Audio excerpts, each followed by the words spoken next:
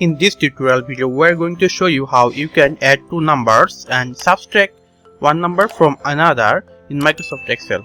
So let's start with add.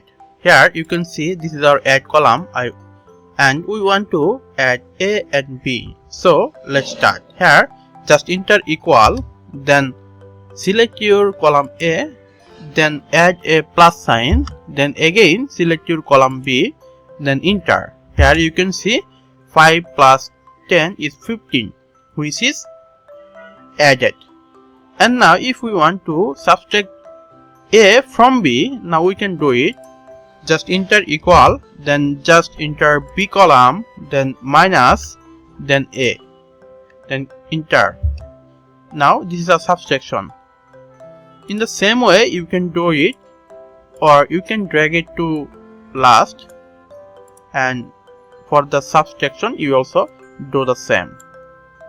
Now you can see that we can easily add two numbers or subtract two numbers in Microsoft Excel.